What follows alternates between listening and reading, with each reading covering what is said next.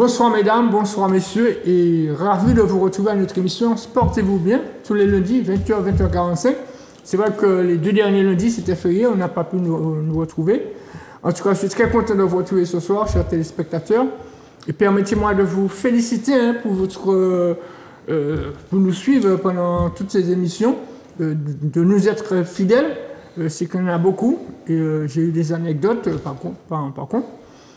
Permettez-moi aussi de vous souhaiter une très bonne année, la santé, et puis que vous nous restez fidèles pendant encore cette année 2024.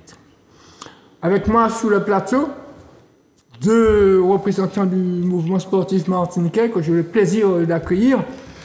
René Méry, le président du CITOSMA. Bonsoir René Méry. Bonsoir Clément, bonsoir à tous et à tous. Et puis Éric Privat, représentant la DRAGES. Bonsoir Eric. Bonsoir Clément, bonsoir à tous. Alors, merci d'avoir répondu à notre invitation. Vous savez, en ce début d'année, il est ordinaire que vous présentez vos vœux aux téléspectateurs. Alors, pour vous, quels sont les vœux que vous allez renouveler cette année à nos téléspectateurs? Simplement, en termes de vœux pour cette année 2024, nous avons la chance en 2024 de vivre une année exceptionnelle puisque ce seront les Jeux Olympiques à Paris en juillet, en août et septembre 2024. Donc c'est l'occasion pour moi de féliciter tous les entraîneurs, les éducateurs, les parents, les bénévoles qui se donnent du lundi au dimanche pour pouvoir encadrer, accompagner nos jeunes et nos moins jeunes. Donc mes félicitations et mes encouragements vont d'abord vers eux, avec tous mes vœux de santé, parce qu'aujourd'hui la santé est quelque chose de primordial. Une pensée particulière pour nos athlètes, nos champions qui sont engagés dans leur parcours olympique. On va croiser les doigts pour qu'il y ait le maximum de Martiniquais qui puissent nous représenter.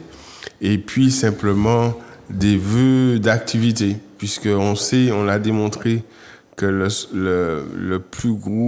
de nos plus grands ennemis, c'est l'inactivité. Et je nous souhaite de pouvoir faire au moins 3/4 d'heure d'activité sportive tous les jours pour nous permettre d'être en meilleure santé. Merci. Et puis va.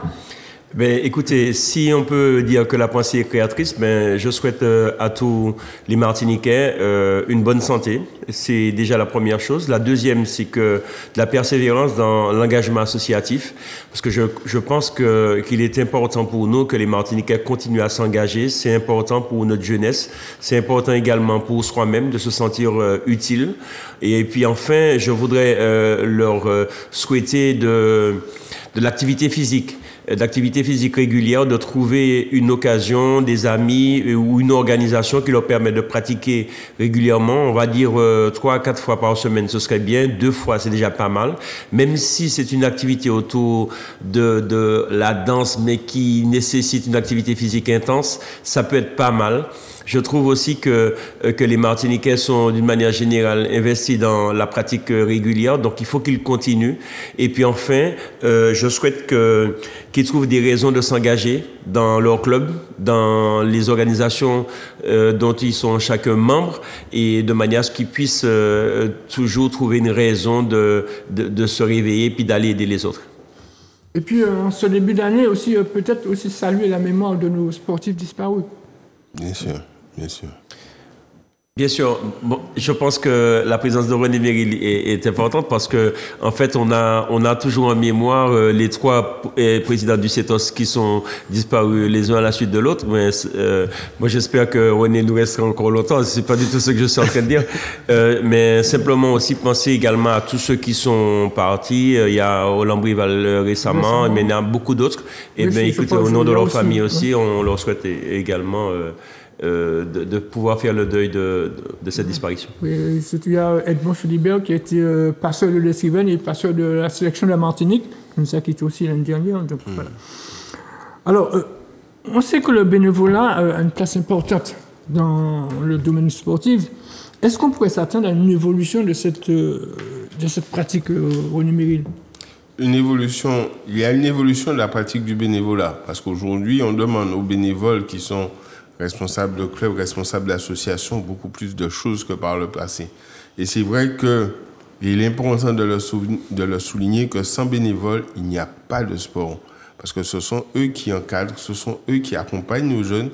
Et c'est vrai qu'on demande aux parents, on demande aux uns et aux autres de venir dans les clubs, de venir dans les associations pour nous aider. Parce que le sport aujourd'hui est quelque chose de fondamental pour la structuration de nos jeunes, pour la structuration, pour le bien vivre ensemble. Et c'est vrai que donc aujourd'hui, nous recherchons, nous sommes obligés de nous réinventer pour permettre d'attirer le maximum de jeunes, parce que là, nous commençons à avoir un certain âge, et il faut aussi de plus en plus de jeunes puissent venir au bénévolat, parce que c'est à nous de faire, c'est à eux de faire. La Martinique de demain, ce sera à eux de la construire. Et puis, évolution, amélioration, le bénévolat? Écoutez, je trouve que le bénévolat en Martinique se porte déjà pas mal. On peut noter qu'après une période de Covid, donc d'une période post-Covid, on est autour de 50 000 licenciés en Martinique. On a perdu, oui, vraisemblablement 10 000 licenciés pendant cette période. Mais néanmoins, je pense qu'il y a un engagement qui est toujours présent. Il n'y a qu'à regarder sur les terrains. Chaque week-end, il y a un engagement qui est visible et je pense que ce n'est pas décourageant de dire que les Martiniquais s'engagent auprès des athlètes, auprès de leurs enfants et auprès des membres de comité. Alors, on va parler football maintenant. Le Golden Lion est parti disputer les 16e de finale de la Coupe de France. Ils ont joué contre l'Inde. Qu'avez-vous pensé de cette performance? La performance du Golden Lion? Si vous voulez que je lance le débat, vous savez, il y a une chose qui est importante, c'est que ça a le mérite aussi de nous montrer également notre niveau. C'est-à-dire qu'aujourd'hui, quand on joue contre une équipe professionnelle de Lille qui a 5 divisions d'écart, aujourd'hui on voit tout de suite, ce n'est pas plus le Golden Lion qu'une autre équipe de Martinique qui a été présente. Aujourd'hui, on voit le reste de chemin qui nous reste à parcourir et ça pose un élément essentiel du débat de savoir comment on peut arriver à combler ce fossé. Et donc, je pense que c'est toute la question qui est là. Et puis, pour rebondir sur ce que vient de dire Eric, c'est face à des professionnels qui sont dans le haut du tableau, je dirais, l'écart était prévisible, mais maintenant, sur un match, tout peut arriver. Et puis, je crois qu'il y a également un élément important à prendre en compte, c'est le climat. Ça veut dire que quand nous avons nos joueurs qui arrivent de début de semaine et qui doivent s'acclimater au froid, jouer au foot, jouer en extérieur quand il fait froid, c'est pas du tout la même chose. Ce ne sont pas du tout les mêmes sensations. Je dirais quand vous avez un contact, je peux vous dire que vous le ressentez différemment. Donc, ces éléments climatiques viennent rajouter en plus aux problèmes que nous avons. Et c'est vrai que quand on se déplace sur l'Hexagone pour une compétition, le temps d'adaptation à cette compétition est long. Et souvent, pour pouvoir aborder une compétition de haut niveau dans de bonnes conditions, il est parfois obligé de partir au moins une semaine avant. Et quand il fait très froid, et en plus quand on joue à l'extérieur, ça devient problématique. Autre problématique, c'est que lorsqu'une équipe de division inférieure est sortie, joue contre une équipe de division supérieure, en métropole, l'équipe de plus bas niveau reçoit. Et nous, on ne reçoit pas. Pourquoi? Mais écoutez, c'est le règlement de la Coupe de France. Au départ, l'équipe qui reçoit lors du premier match, elle est obligée de se déplacer le match d'après. Donc, pour les équipes ultramarines notamment. Donc, aujourd'hui, je pense que ça ne pose pas fondamentalement le problème de la différence de niveau. Je pense qu'aujourd'hui, la différence de niveau, elle est là. Et on en est conscient. Et il faut se poser la question, au-delà des problèmes climatiques dont a parlé René tout à l'instant, de savoir comment peut-on s'organiser pour réduire l'écart. C'est ça. Est-ce qu'il faut s'entraîner davantage? Il faut changer le statut des joueurs, devenir semi-pro, etc. Mais aujourd'hui, il faut savoir qu'on ne peut pas mesurer des joueurs qui sont essentiellement amateurs avec des joueurs qui sont professionnels, qui s'entraînent 8 à 10 fois par semaine. D'accord, oui, mais avant qu'on ait une réponse, mais pourquoi l'équipe métropolitaine ne viendrait pas disputer la rencontre ici? Pour des raisons économiques. Aujourd'hui, une équipe qui est pro, quand elle va se déplacer, les délais de route sont de 4 ou 5 jours, le temps de jouer le match, il joue. Si, sauf qu'on est amateur, ça veut dire que les championnats peuvent se reporter. Aujourd'hui, il y a des échéances, il y a des contraintes d'agenda, des contraintes de diffusion télé. Et on est dans une ligue professionnelle où c'est leur travail. Donc, on n'a pas toujours cette facilité à pouvoir déplacer une équipe professionnelle sur... c'est ce qui explique un petit peu les limites de la confrontation des équipes ultramarines aux équipes hexagonales. C'est vrai qu'il y a cet aspect, effectivement. Mais... Enfin, quand même, je m'inscris quand même en faux par rapport à tout ça. Parce que quand on voit aujourd'hui des équipes professionnelles qui se déplacent à Dubaï ou qui se déplacent dans l'autre bout du monde pour pouvoir faire des matchs de gala ou des matchs professionnels parce que derrière, il y a des sous à la clé, je pense que c'est aussi une question d'éthique et une question d'égalité des chances. Ça veut dire qu'aujourd'hui, il y a un règlement qui s'applique à l'ensemble des équipes. Je ne comprends pas comment on puisse faire des dérogations sous prétexte que nous sommes des ultramarins. C'est une question d'organisation parce que ces mêmes équipes, quand elles vont jouer à Dubaï, elles savent s'organiser indépendamment du championnat pour des compétitions qui ont moins d'enjeux. Donc c'est une question. Je pense que c'est aussi à la fédération de prendre ses responsabilités. Je sais que le président Pérou en a parlé dernièrement et je le soutiens sur ça. Je trouve que sur ce type de problématique, quels que soient et ça pose le problème du plafond de verre du sport collectif.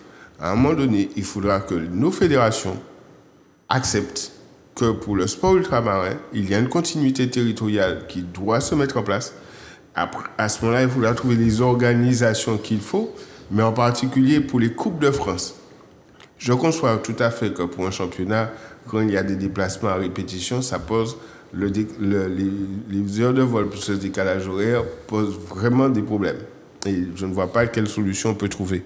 Par contre, pour les Coupes de France, où là, les matchs se jouent sur un seul match, je ne comprends pas comment on ne peut pas s'organiser pour que nous puissions être tirés au même niveau de chance qu'une équipe hexagonale. Moi, c'est une question je ne peux pas non plus laisser passer l'occasion de réagir par rapport au propos de René là-dessus. Moi, je ne pense pas que ce n'est pas une question d'équité. Je pense qu'aujourd'hui, on va essayer de pousser un petit peu plus loin la réflexion en disant que, imaginez-vous qu'une seconde que nos représentants ultramarins franchissent la barre des 32e, des 16e de finale. Donc, ça voudrait dire ou bien qu'ils gagnent la Coupe de France. Donc, ça veut dire qu'on va poser le problème des équipes européennes parce qu'on est qualifié pour la Ligue Europa et les équipes européennes qui se déplacent en Martinique et nous on se déplace. Donc, ça veut dire que c'est une organisation qui sera tellement complexe qu'aujourd'hui, on sera obligé de réinventer différemment le modèle sportif et le modèle économique autour de ça. Là-dessus, je ne dirai pas plus. C'est un vrai débat. C'est un vrai débat, mais quand on voit parfois des petits clubs comme Quevilly qui arrivent en demi-finale, en cas de finale de Coupe de France, tout est possible. Nous avons aujourd'hui des clubs, le Golden, nous avons des équipes qui se sont déplacées pour la CONCACAF. C'est aussi compliqué de se déplacer dans la Caraïbe que de se déplacer sur l'Hexagone. On peut le faire les choses, c'est une question d'organisation. Je ne dis pas que c'est facile. Je ne dis pas que les solutions vont se trouver comme ça du jour au lendemain. Mais il faut réellement se poser la question, mettre toutes les cartes sur la table et en disant, à un moment donné, il faut mettre en place cette équité. Aujourd'hui, le sport collectif ultramarin est défavorisé par rapport au sport collectif national. Vous allez vous battre aux côtés de PO pour que ce soit... Tout à fait. Okay. Vous restez avec nous, on reste en Martinique puisqu'on a joué également la Coupe de la Martinique, les 32e de finale. Quelques surprises, hein, l'Olympique du Marin qui a éliminé le CSKA Pilote 2-0. Puis des scores fleuves, le News Club qui bat l'Inscripit 12-0. Le RC Saint-Joseph qui bat le Guigui Pelotin 10-0. L'élimination de RC Rivière Pilote face à l'Éclair Rivière Salée. Et puis d'autres résultats logiques pour nous. Voilà. Alors, on va faire un tour du côté du futsal, si vous voulez. Vous aimez le futsal, je suppose? Bien sûr. Bien sûr. Alors, c'était un match en retard de la 6e journée. La femme jouait contre le Lac 212, c'était au gymnase de Saint-Joseph. On va voir les images.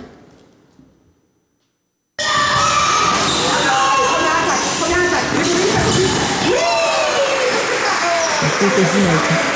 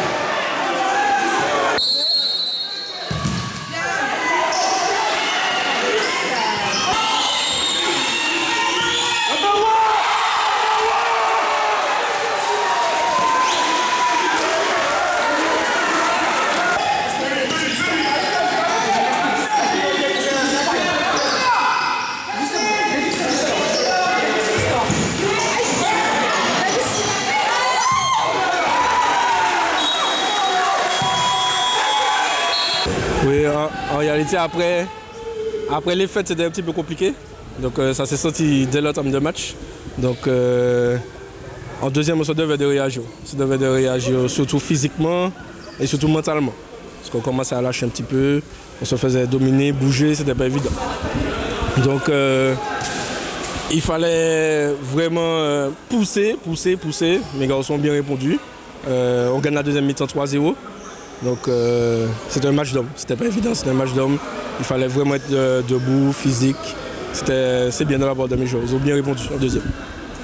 C'est ça, chaque équipe a eu sa mi-temps, mais en tout cas on a assisté à un très beau match. En deuxième mi-temps on peut avoir des erreurs, hein. On peut y cacher des erreurs d'inattention, des mauvaises passes. Et puis devant on n'arrive pas à concrétiser nos nombreuses occasions. Donc bon, ce n'est qu'une première match, la guerre n'est pas finie. Il faut qu'on les rencontre encore 2 fois, en coupe et en championnat. Donc on va essayer de relever la tête, de retravailler pour continuer à avancer. Voilà, donc victoire du Lac 3-1 face à la femme, Futsal Académie Martinique. Donc au classement, le Lac 212 conserve sa place de leader avec 42 points, suivi de la femme 35, troisième la Relève la Montinoise 33, quatrième le GIF 30 points, cinquième le FC Florial 28 points, et ferme ce classement le FC Saléen et les Verts de Carabin avec 13 points. On a aussi joué la Coupe de Martinique en futsal, c'était un tour préliminaire. Casablanca a battu les Verts de Carabin 8-2 et le Marron Futsal a battu le FC Saléen 5-0. En quart de finale, on aura comme match Casablanca qui sera opposé au FC Florial. Le GIF rencontre le Cosmos. La femme sera opposée au Lac 212 une fois de plus. Et le Marron Futsal contre la Relève la Montinoise. 4 beaux matchs en perspective. Je crois que c'est pas ce week-end, mais le week-end d'après. Alors, messieurs, que nous réserve le CETOSMA ou la DRAGES pour cette année, je dis olympique, la nouvelle année? René Méry? Je dis que, indépendamment de nos activités traditionnelles en février, la nuit des champions, et puis la préparation de l'année, c'est surtout l'accompagnement au niveau des associations, des écoles, pour toutes les célébrations qui vont se mettre en place pour cette année olympique. Il y a également la préparation de la venue de la flamme olympique en Martinique en juin 2024. Et dans ce cadre, c'est surtout vraiment mettre tout en œuvre pour que ce soit une vraie fête du sport et que pour cette journée du 17 juin, sur l'ensemble du territoire, que tous les sports soient représentés, qu'au niveau des publics qui souhaitent se déplacer ou qui puissent, sur les villes qui seront traversées et sur les autres, trouver l'ensemble des activités sportives qui se pratiquent en Martinique. Donc, ce sera un challenge à relever avec les différentes ligues pour voir comment on pourra être présent en termes d'animation du territoire. Et puis, ce sera l'accompagnement de nos sportifs et voir comment ils vont faire. C'est une année particulière puisqu'au niveau national, les différents championnats ont été avancés. Donc, je sais qu'au niveau des différentes ligues, beaucoup plus de travail. Et puis, deux gros dossiers qui sont en cours, c'est d'une part tout le travail sur le coût des billets d'avion. Donc, on a eu un premier résultat avec la sénatrice Conconne Madame Catherine Conconne, sur une aide exceptionnelle de 2 millions d'euros pour les ultramarins sur des billets d'avion. Donc, on verra comment, avec la LOM et la DRAGES, mettre en œuvre la répartition de cette somme et comment la répartir au niveau de notre territoire. Prendre des contacts avec des compagnies aériennes, puisque nous avons 2 compagnies aériennes de la zone Caraïbe qui viendront s'installer sur l'aéroport de Fort-de-France, et prendre des contacts avec eux pour voir comment faciliter les échanges au sein de la Caraïbe, en particulier pour la natation qui, au mois de mars, auront les Carifta Games. Donc, on a pris les premiers contacts, donc on va voir comment formaliser ça au mieux. Et puis, un gros dossier qui s'annonce, c'est la relocalisation de notre maison des sports, qui aujourd'hui pose des problèmes de sécurité et pour lesquels il faut... Donc, on a eu les premiers contacts avec la collectivité territoriale, donc sur des positionnements sur d'autres terrains au niveau de Fort-de-France, pour pouvoir reconstruire cette maison des sports qui aujourd'hui pose des problèmes. Vous allez reconstruire la maison des sports, c'est vrai, mais est-ce qu'il y a aussi un centre d'hébergement à côté de cette maison des sports? C'est-à-dire qu'en fait, c'est une problématique. Après, nous aurons les contraintes en termes de terrain, puisque derrière, il faut voir est-ce que le nouveau terrain va pouvoir le permettre en termes d'activité. Donc, on connaît aujourd'hui le déficit en termes d'hébergement quand on reçoit des équipes, que ce soit en compétition ou en stage. Et c'est vrai que c'est une demande qui nous a déjà été formulée, mais le dossier est sur la table. Au-delà de ce que la DRAGES va pouvoir nous réserver, René Méhil a parlé de billets d'avion. Est-ce que vous allez effectivement vous pencher là-dessus, cette histoire de billets d'avion? Ben écoutez, c'est une problématique qui nous est chère, puisque en fait, il existe un dispositif qui s'appelle le FEBEX, le Fonds d'échange à but éducatif, culturel et sportif, qui vient du ministère de l'Outre-mer. René Méhil a parlé d'un abondement de 2 millions d'euros qui a été fortement mobilisé par la sénatrice Catherine Conconne. L'idée, c'est qu'aujourd'hui, de savoir comment cette somme-là sera mobilisée. Parce qu'en même temps, il y a des jeunes ultramarins qui doivent participer aux Jeux Olympiques. Donc, il faut savoir est-ce que cette somme-là ira directement à l'accompagnement de ces jeunes-là, ou bien est-ce qu'elle va venir alimenter le fonds commun du déplacement des sportifs martiniquais? D'accord. Alors, est-ce qu'il est prévu des stages de formation au niveau de la DRAGES pour les sportifs martiniquais? Alors, je voudrais simplement dire que depuis l'année dernière, en fait, depuis 2023, la maison régionale de la performance a été installée à Mangovulsin, à l'IMS. Avec Cathy Doré. Avec la manager générale, c'est Cathy Doré, et qui désormais s'occupe exclusivement du haut niveau. Donc ça veut dire que le dossier du haut niveau, complètement qui était porté par la DRAGES, ultérieurement a été déplacé complètement au niveau de la maison régionale de la performance. Okay.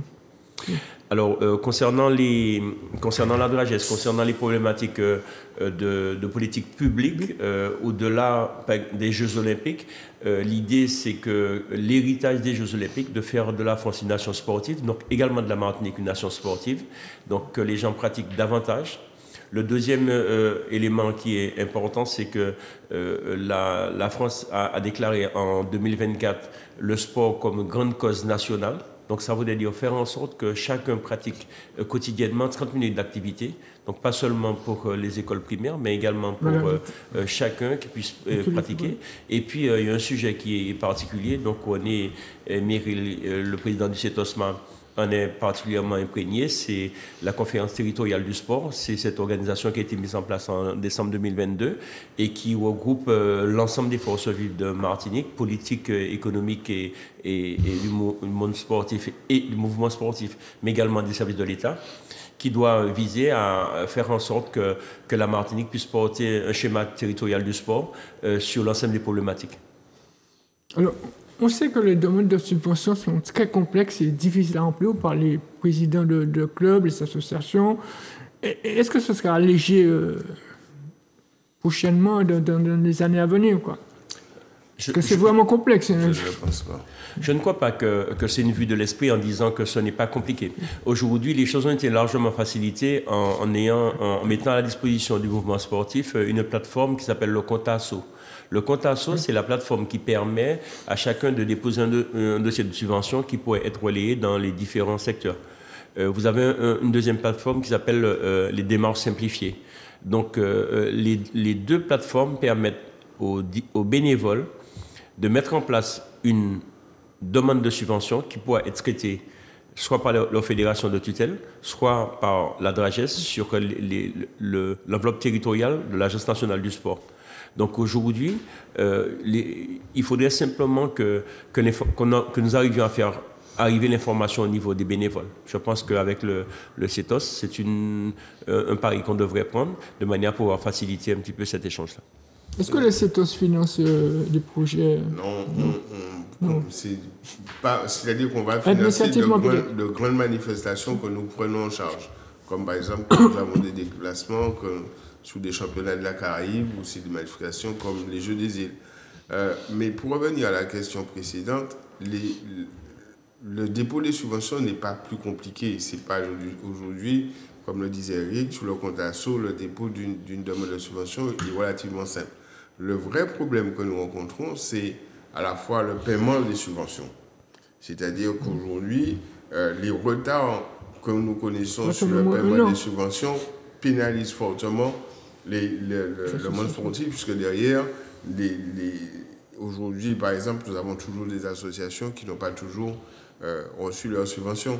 Et puis, c'est que il va être demandé aux associations de plus en plus de se mettre en règle avec les textes. Aujourd'hui, le ministère des Finances est en train d'auditer les différentes fédérations sur la gestion de leurs finances. Donc, une fois qu'ils auront terminé avec les fédérations, ça va descendre au niveau des ligues. Donc, ça veut dire que ça nous demandera d'être beaucoup plus strict en termes de réglementation, c'est-à-dire tout simplement, je prends un exemple, pour pouvoir bénéficier de subventions d'État, il faut être à jour de ces cotisations sociales et fiscales. Donc, il faut être à jour de ces assemblées générales. Donc, ça veut dire qu'on a tout un travail. Les ligues sont relativement bien organisées, mais en particulier au niveau des associations, pour leur permettre et les accompagner justement pour qu'elles puissent se mettre en règle avec toutes ces obligations réglementaires. Ce sera là le vrai challenge. Alors, vous avez parlé de contrôle des ligues, des associations. On sait que la Ligue de volleyball a été révoquée par la Fédération française de volleyball. Quel est votre sentiment là-dessus, messieurs? Ça dépend de quel point de vue, d'où on se situe. Aujourd'hui, vous avez une organisation fédérale qui fait que la fédération est venue s'occuper un petit peu d'une organisation régionale, donc qui passe sous une dénonciation. Vous vous rappelez que historiquement, lors de l'Assemblée générale, il y a eu des contestations au niveau du bilan financier. Il n'a pas été voté d'ailleurs. Il y a des éléments qui sont parvenus au niveau de l'État, qui nous ont demandé de bien vouloir jeter un œil sur ces éléments-là. La fédération a décidé de prendre. Le mouvement sportif s'administre librement. Nous regardons ça avec la distance qu'il faut et que la Fédération française de volleyball a pris la décision qu'elle estimait qui était juste. Ce qui nous reste à faire maintenant, c'est d'accompagner la nouvelle structure qui va se mettre en place.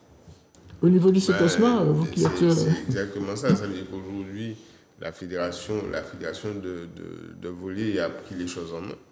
Derrière, nous appartiendra simplement de regarder les attendus de décisions qui seront prises. Après, les différents protagonistes prendront les mesures qui s'imposent à leur niveau. Je sais qu'il y a peut-être un certain nombre de dépôts de plainte qui risquent de partir. Maintenant, la justice et les différents éléments feront leur travail. Maintenant, pour nous, le plus important, ce sera d'accompagner la nouvelle équipe pour se mettre en place et puis éventuellement accompagner, dans la mesure du possible, je dirais, tous les protagonistes de cette malheureuse affaire. Alors, la transition est toute trouvée, puisqu'on va parler de volley à l'instant, puisqu'on joue quand même au volley. C'était la 3e journée du championnat, tant chez les filles que chez les garçons. Et on va voir à l'écran les matchs qui opposaient l'Espoir de Saint-Plus à la Mairie Sportive chez les filles, l'Espoir face à l'Empire chez les garçons, le Good Dog face au RC Arlésien chez les filles, et le Good Dog face au RC Arlésien chez les garçons.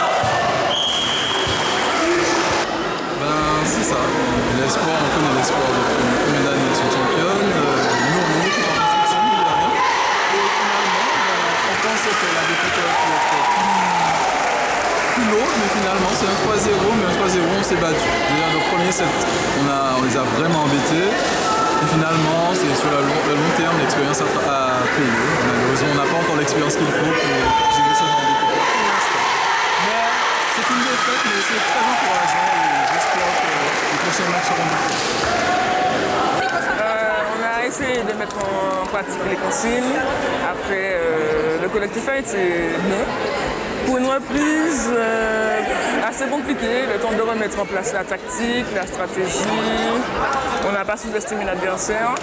Elles ont fait le travail qu'il fallait, nous on a essayé de jouer avec l'expérience et ça a été. Pour ma part, je ressors de blessure, une première après les ligaments croisés. J'ai su entrer dans le match, c'était un match assez riche en émotions.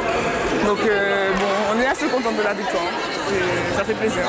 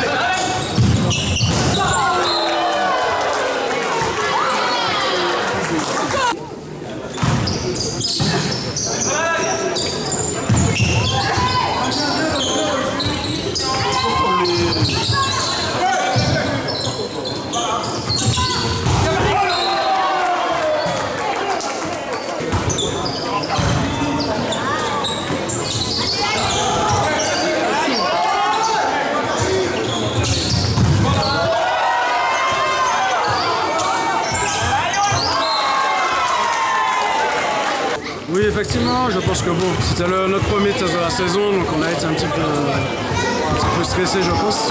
On a pas mal de nouveaux joueurs qui viennent de commencer, des jeunes et des moins jeunes. Donc voilà, on a eu du mal au démarrage, mais ça a été au fil du match. C'est-à-dire qu'on a un manque d'effectifs, on a une équipe en manque de centre, donc on a essayé de se dépanner au centre. Donc à la fin du jeu, ça nous a manqué un peu, puisqu'ils savaient qu'on n'était pas performant au centre, donc ils nous attendaient déjà sur le côté. Et on n'a pas de libéraux, donc on a manqué de réception, donc on n'était pas complet. Donc on a essayé de faire le bloc, comme on sait qu'ils sont plus au moins que nous. Donc ça ne nous a pas réussi aujourd'hui, peut-être une prochaine fois.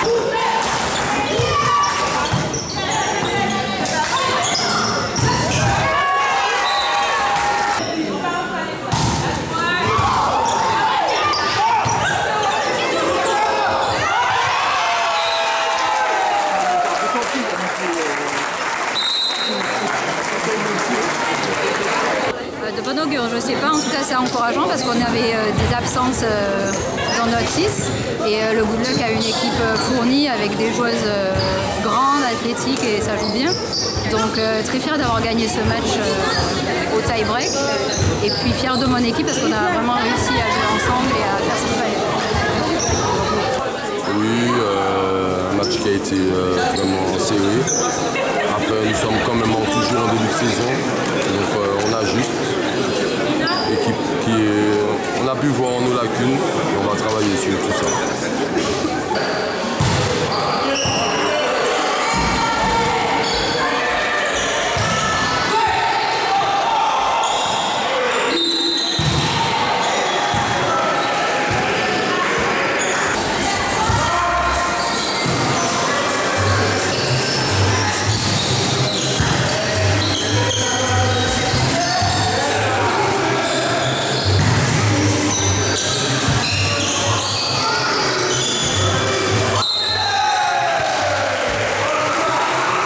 Oui, on est tombé sur une très belle équipe de l'Empire. Ils n'ont pas démérité ce soir.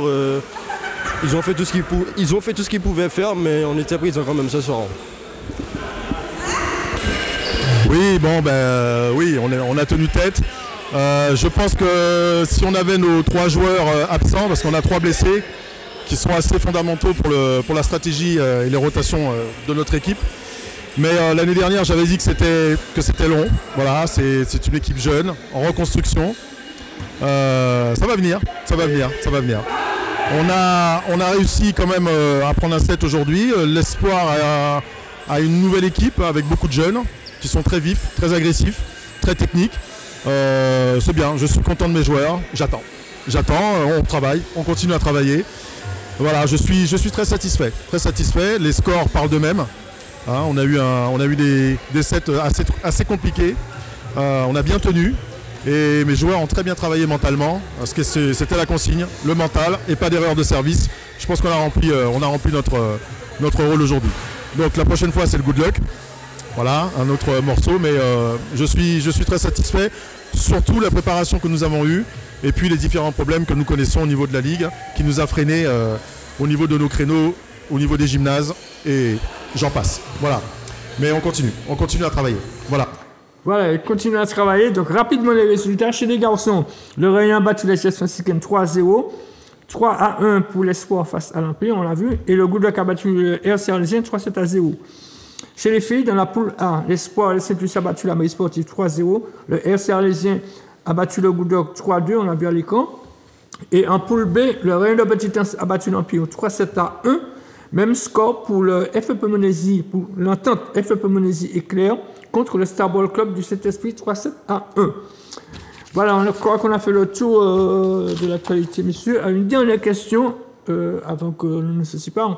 Comment percevez-vous le sport martiniquais, messieurs? Question difficile, non? Vaste question. Rapidement. Comment percevoir le sport martiniquais? Je crois qu'on a un sport martiniquais qui est en pleine forme, qui, en fonction des disciplines, arrive à s'organiser pour faire une très bonne figure au niveau national. Nous avons d'autres qui aujourd'hui ont des difficultés et qui sont cycliques. Maintenant, ça va être à la conférence territoriale, justement, dans le cadre du plan sportif de territoire, de pouvoir ajuster tout cela, de pouvoir identifier les besoins, les manquements. On sait qu'on a des manquements en termes de terrain. Par contre, on a des jeunes qui sont pétris de qualité. Je suis de ceux qui disent que nous pouvons sortir des champions dans toutes les disciplines. Donc, avec les jeunes que nous avons, maintenant, c'est l'organisation. Quelle organisation on met en place? Quels moyens nous souhaitons nous donner pour pouvoir réussir tout ceci? En termes de formation de cadre, en termes d'organisation de terrain, mais on a vraiment de quoi faire, quoi. Il y a beaucoup qui nous envieraient la qualité de nos sportifs. Alors, en ce qui nous concerne, je trouve qu'on est pas mal placé. Au niveau des équipements sportifs, on a progressé beaucoup sur l'éclairage des terrains de grands jeux. Il y a eu quand même une dizaine d'éclairages dans les 2 dernières années qui viennent de s'écouler. Les gymnases sont en cours de réflexion. Il y a celui du Lorrain, celui du François. Il y en a d'autres également qui sont en train de se remettre à niveau. Et donc, je trouve qu'aujourd'hui, on a un parc d'équipements qui est en train de s'améliorer tout doucement. Au niveau ça c'est de la pratique compétitive. À côté de ça, vous avez quand même des créations de parcours santé qui permettent d'avoir une activité régulière quotidienne. Donc là aussi, c'est quand même pas mal. Et puis je trouve que dans l'organisation globale du sport en Martinique, on a des ligues qui tiennent la route, on a des organisations locales qui ne sont pas mal du tout. Et puis une activité territoriale au niveau communal qui est de plus en plus importante. Ouais, je crois qu'on a fait le tour, messieurs, sauf si vous avez une dernière chose à dire, non? Bon, alors, merci aux téléspectateurs, merci de nous avoir une fois de plus regardés. Merci René Mérine, je vous rappelle que vous êtes le président du CETOSMA. Merci Eric Privat, responsable de la THS. Merci aux téléspectateurs, merci à Manuela et à Grégory pour avoir réalisé cette émission pour nous.